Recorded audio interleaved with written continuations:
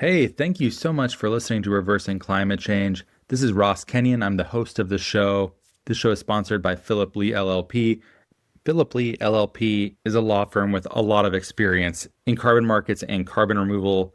If you've been working in this space for really any amount of time, you probably have noticed that you do need competent counsel to do business here. The contracts that get signed are frankly pretty weird. You're going to need help from a lawyer with a red pen. I'm sorry to inform you, your only choice is basically who they should be. And if you are deciding who they should be, you should be considering Philip Lee LLP. They've won Environmental Finance's VCM Law Firm of the Year for the last, since 2023, essentially. It hasn't happened yet for 2026. I imagine they're a contender for it this year as well. They are the largest legal team dedicated to the financing and development of carbon projects globally, and they have offices in the US, Europe, and the UK. One cool new thing I just learned, actually, is that they have been listed as a firm in Chambers Global as a global market leader in the area of climate change. This listing aligns Philip Lee LLP with around 15 to 20 of the leading law firms practicing in this practice area in the entire world. So congrats to Philip Lee LLP. Thank you to Philip Lee LLP for your generous support of the show. You make it possible for me to dedicate so much time to putting out content that I hope is useful to our friends and peers and fellow travelers in the world of carbon removal, climate change, and carbon markets. Thanks so much. Here's the show.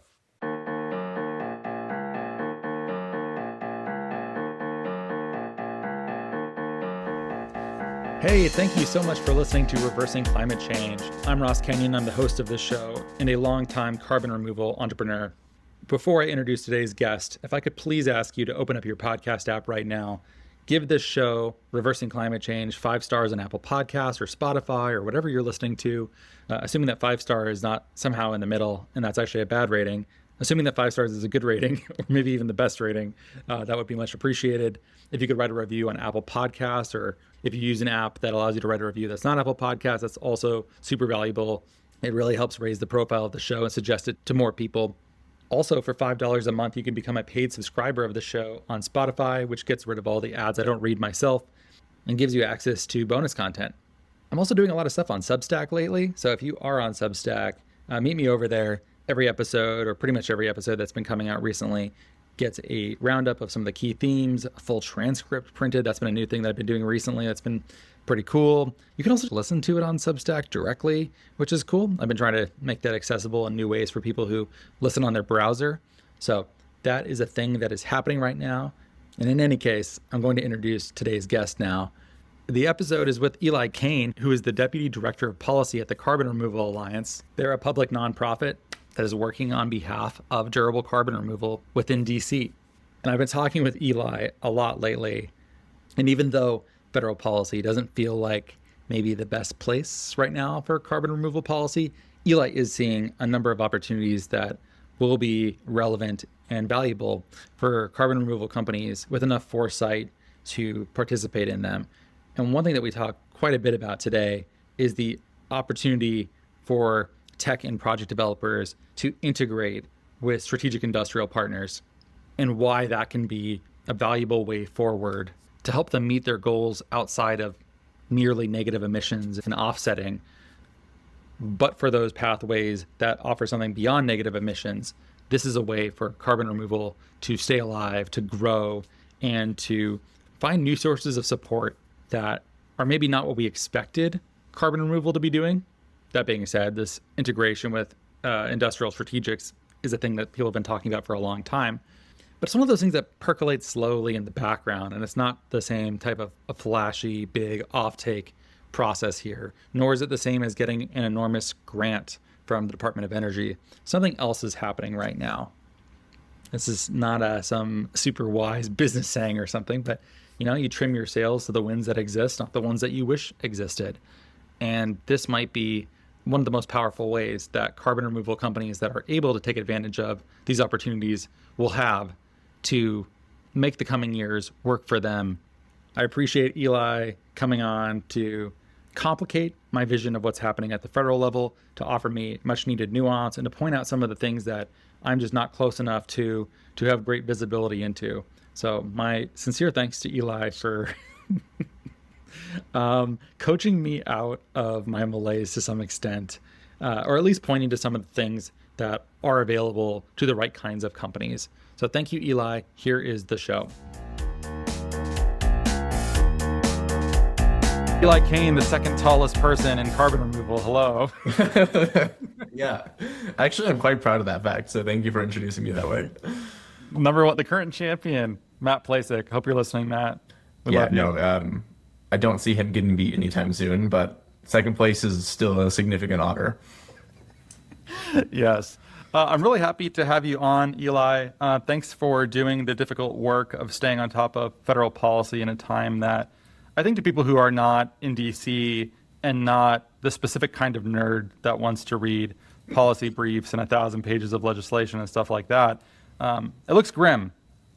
But your organization, the Carbon Removal Alliance, does not think it's as grim as maybe I presented in a recent podcast. There's some green shoots. There's things that are happening that I need to be reminded of.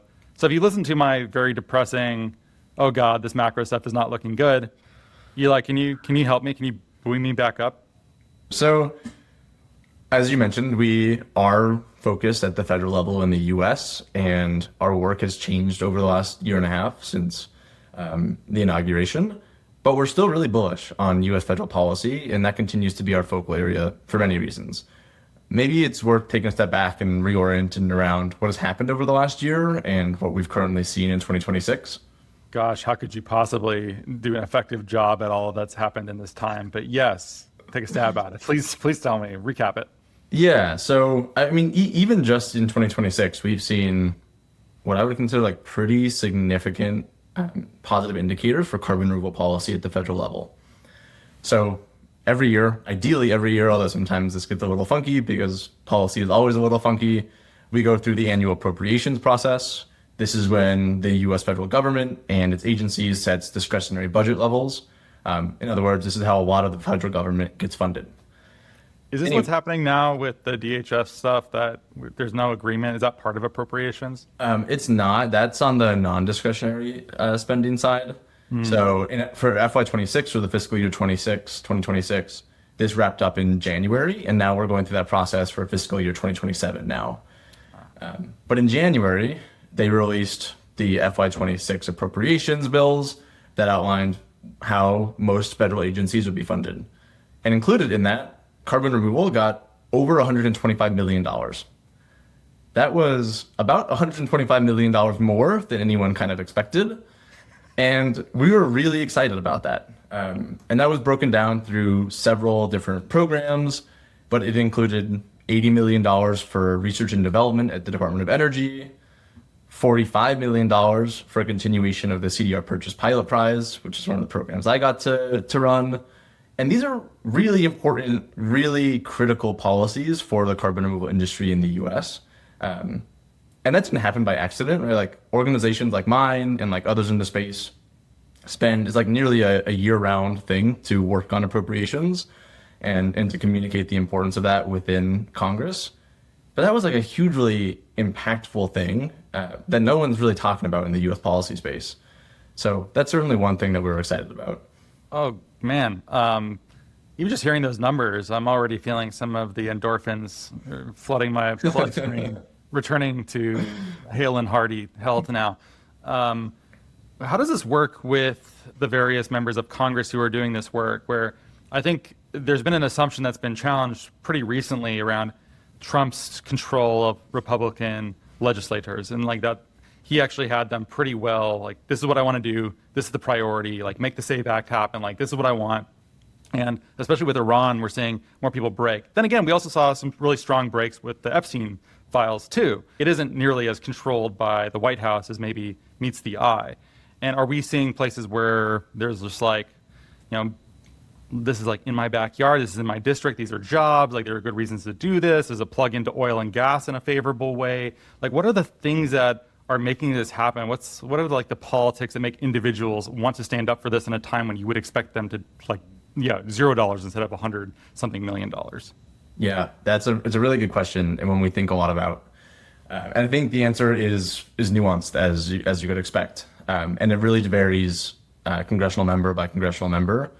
And one thing I'd highlight is that just a few weeks ago, we brought all carbon removal members down to Washington, D.C. for what we call our annual fly-in day, where we had 34 congressional meetings to talk about our appropriations requests.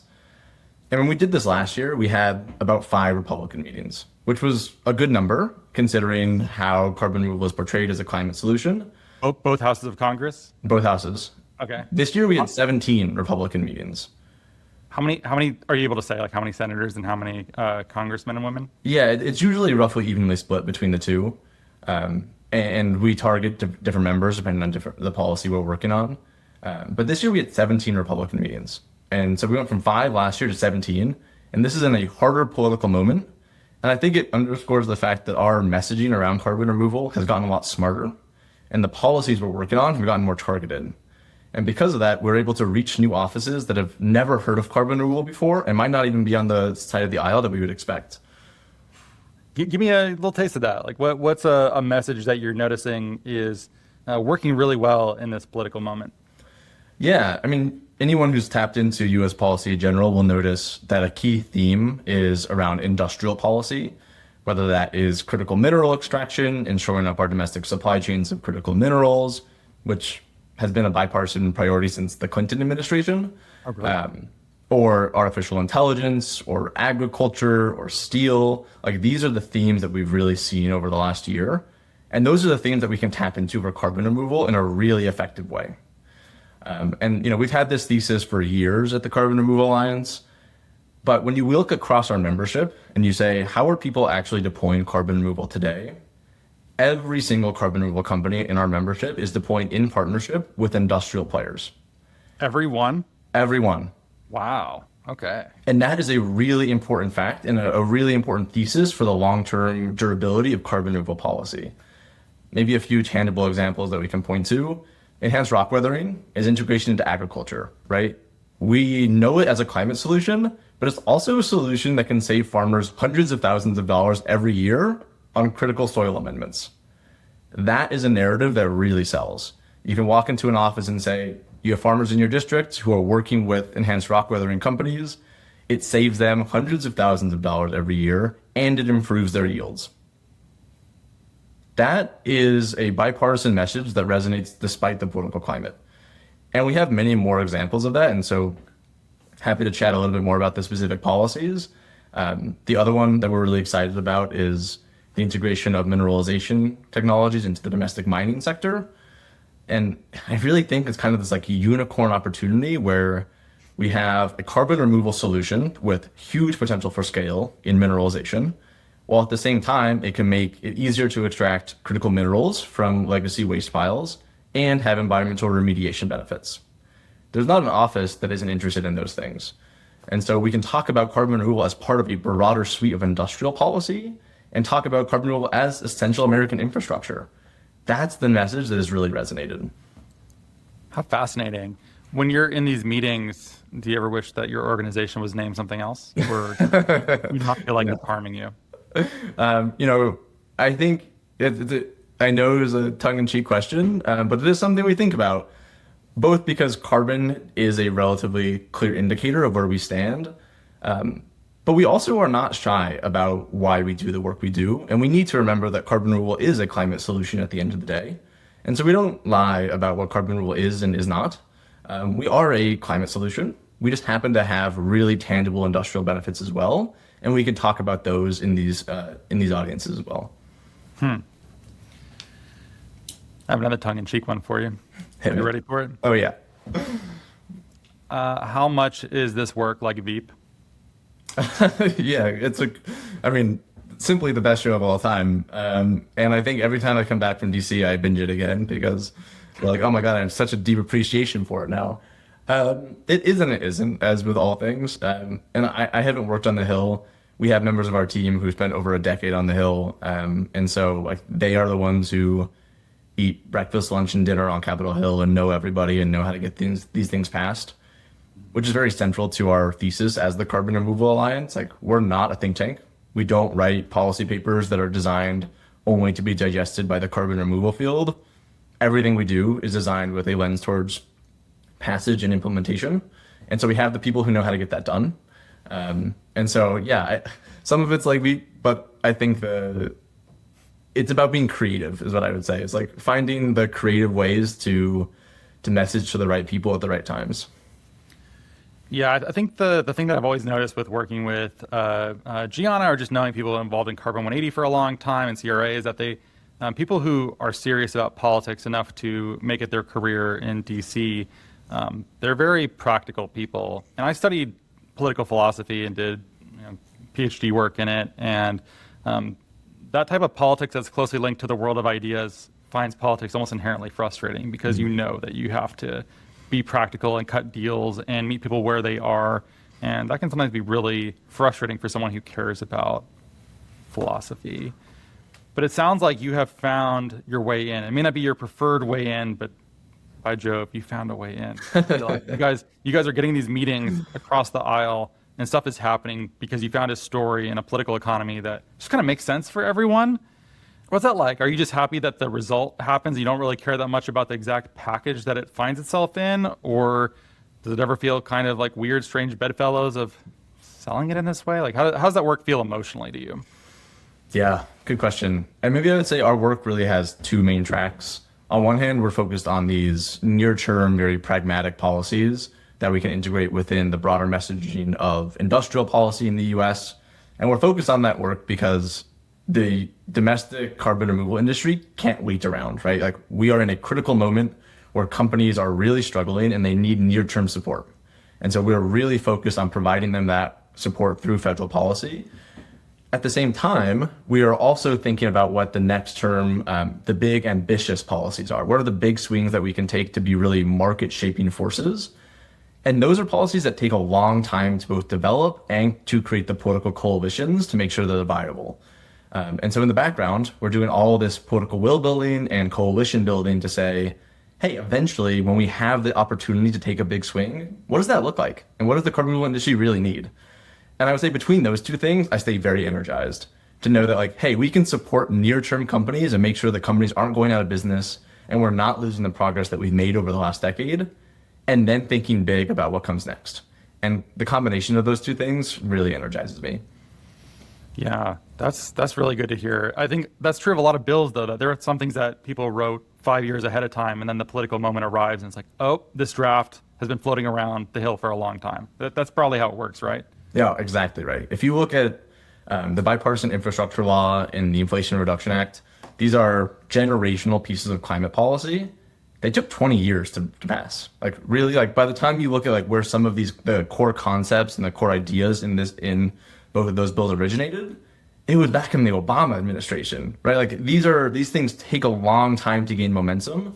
And so we want to make sure that we're thoughtful about that and we're building the political coalition so eventually we do reach that end goal, but that we're not putting all of our eggs in that basket. And that we're also focused on like the near-term pragmatic things that can really have tangible impacts today.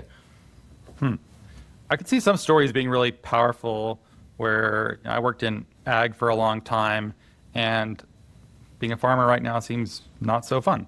Really had a terrible go of things recently with commodity prices and synthetic fertilizers are only getting more expensive and energy is going up and not good. And then we saw like China switching its soybean buying, which I think like they changed back a little bit some. So it's not like wasn't like a permanent switch.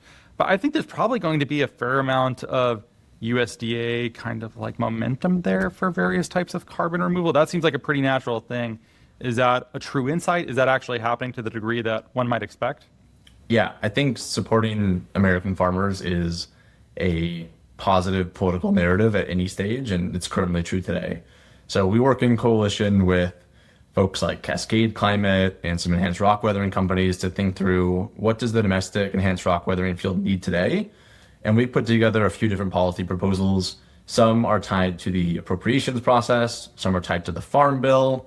But yeah, they're all focused around the same idea of how do we support the enhanced rock weathering field and thereby support the American agricultural industry from international competition and rising prices and all these things. So it's absolutely something that we think about. What's the status of the Farm Bill? Farm Bill is a little up in the air. We get mixed messages on that every day. Right now, it's looking like it's unlikely to advance past the markup. But new intel on that every time, so don't hold me to it. I would say in the near term, we think the FY27 appropriations process probably provides a more tangible route to success than the Farm Bill does. So that's kind of how we're thinking about it now. I didn't understand the mining story as clearly. Where was the savings element of it? Because I'm also seeing rollback for various requirements to manage toxicity and pollutants of other kinds. And so if it relates to that work, this has come up on the show a bunch in the last year, but the tension between MAGA and MAHA, and I was like wondering maybe MAHA would have some of this anti-toxicity stuff that would drive some of this policy that wasn't carbon related, but was focused on PFAS and forever chemicals and stuff like this. And I don't feel like it's happened. I feel like the RFK thing has been a little bit of a sideshow, and any of those hopes haven't really materialized. But maybe I'm missing something. Is there what's driving the interest of mining companies in carbon removal? Yeah, a few things. Maybe I'll start at the high level and then talk through the problem we're trying to solve with our specific policy. So at the high level, most of the mining majors have their own net zero targets. So that is something that is true kind of across the board. If you look at the 20 largest mining companies in the world, almost all of them have their own internal net zero targets. So they're trying to do this work, which is super admirable. The other thing is that the integration of carbon removal onto both active and legacy mine sites brings really tangible non-carbon removal benefits. And those are the things that are really attractive to the mining sector. So those are things like reducing the volume of the waste materials that they produce. These are huge environmental liabilities. If you look at the phosphogypsum industry, the phosphogypsum stacks that they produce are literally radioactive stacks of waste material that they have to treat all the water that goes through them and control them for the lifetime of that stack. It is literally the largest environmental liability these companies have. And so if we can reduce the volume of waste that goes into that, we're saving them money. That's not an intangible, that's a practical cost saver. And that is true for other implementations as well. When we think about things like asbestos remediation, the process of mineralizing and carbon mineralization for asbestos sites destroys the toxic asbestos fibers that you find on these sites. And that's, again, a huge public health and environmental safety benefit. That's also true kind of across the board in other integrations with the mining sector. But I think the key point here is they're interested because you're bringing tangible non-carbon removal benefits to their business. For the phosphogypsum point, the radioactive, I imagine it's waste rock. What exactly is happening here? How is it becoming not that? Yeah, so it's literally stored in these giant tailing dams, these giant piles. And what happens is when rain goes through it, it releases acid rain, acid waterfall. And so you can have companies like Travertine Tech is one that does this. They use that waste for carbon mineralization instead. So instead of going into a tailing dam, they are using that for carbon removal, reducing the volume that goes into the pile. Oh, so it's just an input for a carbon removal process that is it somehow obliterating the radioactivity or transforming it in some way? Yeah. Okay. Yeah, Travertine's process is incredible. They just opened up their pilot facility up in New York. And they, speaking of domestic fertilizer inputs, are a huge input into that. And so their process is a really wonderful example of how you can have this varied approach to carbon removal where you're having an industrial benefit, tying to an existing industry like agriculture and fertilizer, and saving the domestic mining companies money. How's it looking for BECCS and direct air capture with 45Q? And I think everyone noticed how protected that was, and I think it caught some people off guard. Yeah, I think this is something we don't talk about enough in the carbon removal industry. The dominant political narrative over the last year has been energy dominance and energy security. We have an energy play in carbon removal. It's called bioenergy with carbon capture, right? We are literally generating energy and at the same time doing carbon removal. And so I think we've seen this both in terms of the scale of industry as BECCS has grown recently with its ability to scale quickly and its political saliency. It's a really powerful message that we don't emphasize enough. So I'm very bullish on BECCS. I think it makes a ton of sense to do. And we've seen really strong support from it. As you noted, 45Q was one of the only energy tax credits to not only be preserved, but expanded as part of the reconciliation package, the one big beautiful bill last year. So that was expanded, which I think was a really positive sign for the carbon removal industry and was a good blueprint for how we engage a diverse political coalition to protect these key policies. It was protected both because of its carbon removal potential, but also because of its association with other industries like oil and gas. How much inertia is there in the legislature where I think one thing you could say, independently of your politics here, divorced from any sort of pejorative framing or judgment here, Trump is a sort of intuitive, mercurial person. He seems like he's driven often by his gut. He kind of just says how he feels a lot of times, for better or for worse. And it seems hard to make policy around it, where like one of the main benefits of holding the presidency is the bully pulpit, Theodore Roosevelt. You get to influence people. You get the biggest microphone in the entire world, basically, and you can kind of call the tune a little bit.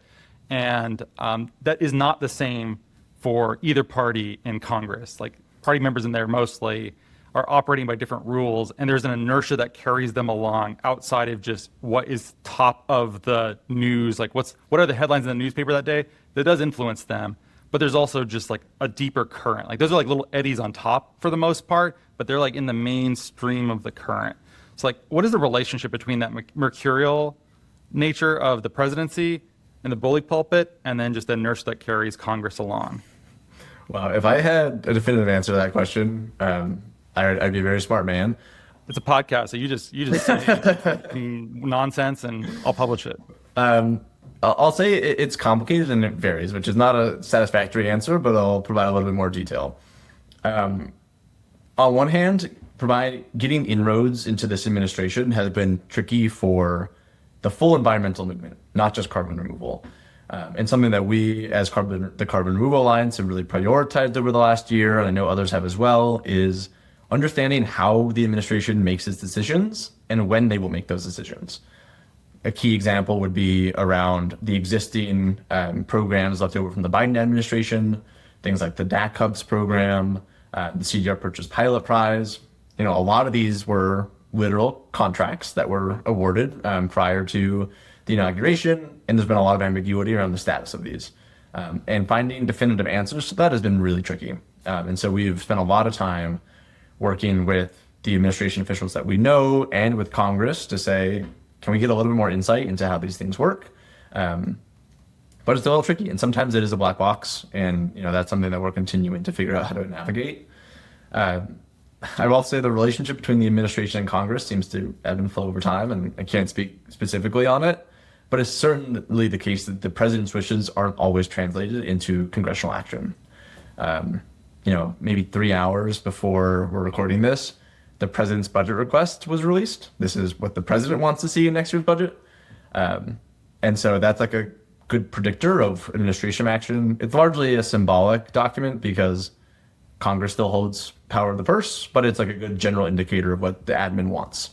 And you do not always, in fact, you very frequently see that request not translated into the final appropriations that Congress passes. So there isn't a direct line, even though the politics there are very complicated. Yeah, when I had Erin Burns on, and she was on the Carbon Removal Policy Scoop with Eva and Sebastian, and she had some line that caught my attention where she was like very stubbornly refusing to change her rhetoric into something that was other than the reasons that she cares about carbon removal. I'm not sure if she still holds that as strongly, but we ended up talking about that a lot, where she viewed this moment as transitory. And one of the main questions I have about politics right now is how much of this is going to be seen as a detour before we got back into the mainstream again. We're like, okay, that was like the U.S. changing its orientation from what it's been since World War II to now. Like maybe that it's not perfect, but it's better than what we tried to trade it for, and we go back. Or is this a new world order and the midterms don't go that well and maybe aren't super fair and the world has changed in some dramatic way? And Erin's bet was very much on the world will arc back around, and when it does, we don't want to have to like redo all of our comms that we've been building and potentially betraying, or at the very least downplaying our values for caring about carbon removal in that time. Like we will have ceded rhetorical ground that we will then have to recover. I think that's a really smart, like wise, like really interesting perspective. But then the way that you're discussing this seems it's mercenary is the word that comes to mind. It's not right, because it's not that you don't care about it, but there's like a more of a fluidity to the way that you're trying to achieve your goals. Because it seems like maybe in the long term, you're saying that you have like both these like near term and like longer term things. And like maybe in the long term, yeah, I doubt you and Aaron are like super different in maybe how you view carbon removal and its place in the world. But maybe on these shorter time scales, these meetings, maybe you are willing to be flexible in a way that her rhetoric has pinned her in a tiny bit. You can challenge that. I may be mischaracterizing this. Aaron, if you're listening, I'm very sorry. If you feel like I've mischaracterized you, come correct me. It's fine. What do you think, Eli? I mean, the first thing I'd say is we work very closely with the Carbon 180 team and, appreciate the work they do immensely. I would go back to something I said previously, which is durable policy will always be bipartisan policy. And that is true today, but that will be true tomorrow, and that will be true in the next administration. And so we will always prioritize being bipartisan in the work that we do. Clean energy jobs in red districts is like the smartest thing ever. Like that is why I think that's a good reason why a lot of it survived, right? Yeah, I could not agree more. And so it really isn't about like changing how we talk about it in a fundamental way. It's just about talking about how we integrate with the broader suite of policies that these offices already care about. And that's how you introduce a new topic to someone. Is like if you walk into someone and say like, guys, let me tell you about the IPCC, you're gonna lose them at the beginning. But if you say, hey, you work with farmers, you know what their needs are, here's how we support them, like that is a much easier way to introduce someone to a new concept and to bring them along for the ride. So part of it is just like general education around what carbon removal is and is not. So I don't think that the way that we talk about it and the way that Carbon 180 talk about it are fundamentally different. I just think that we're focused on slightly different things at different times. What don't I know about? There's a lot of things that could fall into that category, but like, what don't I know about that's happening in the policy world that is genuinely exciting that people are going to be over the moon about when they hear it? Oh, it's a good question. So maybe I'll just quickly highlight two of the policies that we talked about with our members in the fly-in day and that we've like found really good success with. Because I'm sure like you're deeply embedded in the carbon removal industry. I know that the framing around industrial integrations has been like the hot topic in carbon removal for the last year. Counteract just had that piece they put out about it. Like a lot of people are talking about it. A lot of people are talking about it, and we are too.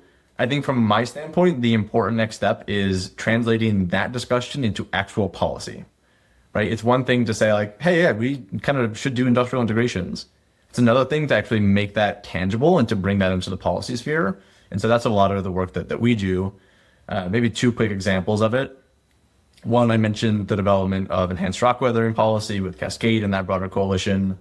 This is the idea that we need to create an enhanced rock weathering research network in the US to better study the agronomic benefits of carbon removal on various soil types and geographies to say, hey, we have empirical data that we actually do have these co-benefit that we claim.